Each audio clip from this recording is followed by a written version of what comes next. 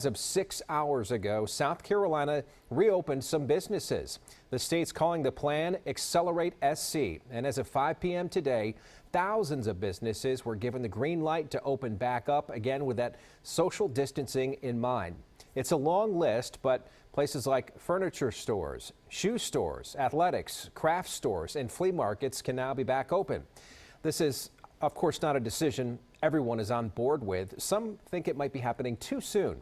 Our Glenn Counts joins us live tonight. Now, Glenn, some business owners, though, say they can't wait to get back open.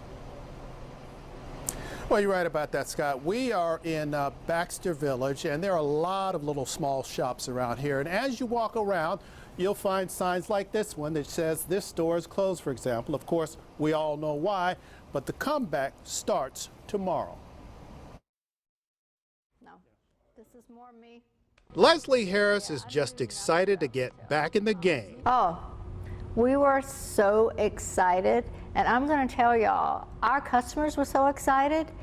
We weren't open today, and our phone rang off the hook all day long. From a small space in Blackline to her own store in Indian Land, the Southern Nest is the result of a lot of hard work. She put a lot of herself into this shop. You can buy lighting and furniture and home decor and gifts and apparel and jewelry and florals all in the same place. 6 years in business, and this one was looking to be the best one yet. This has probably been, January and February was probably our best January and February we've ever had. Really? So we were doing amazing. Then COVID-19 hit and business dried up overnight. Many small businesses are in the same boat. That's why Mike Gettings, chairman of the York County Regional Chamber of Commerce, agrees with the governor that it's time to loosen the reins. The rent still goes on, the utilities still go on, and so there's got to be some generation of revenue for these local businesses.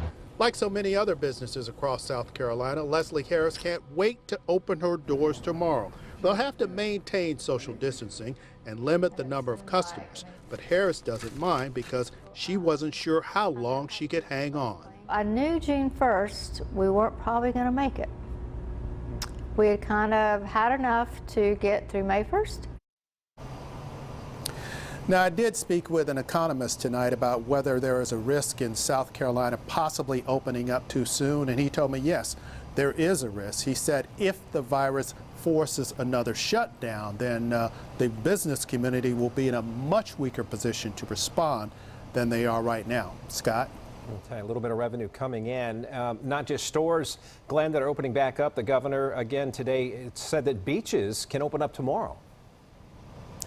That is correct, but supposedly it will not end up being a free-for-all. Even though the beaches will be open, local jurisdictions will still have control, and if things get too crowded or things get too out of hand, then they can take some action to limit and restrict the number of people who end up on those beaches.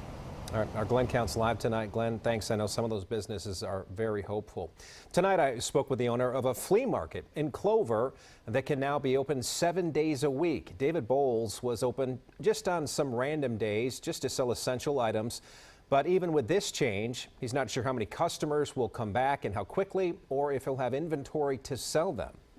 Our biggest thing that makes this whole thing turn is auctions, and all those are shut down right now, and they've been shut down for several weeks, and that's what really puts the hurting on our business. Of course, we need customers also, and we haven't had those, of course, but the biggest thing right now is to get the auctions back opened up.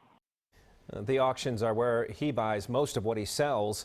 And David told me they already have social distancing markers in their facility, sneeze guards at the cash registers as well, so they're ready.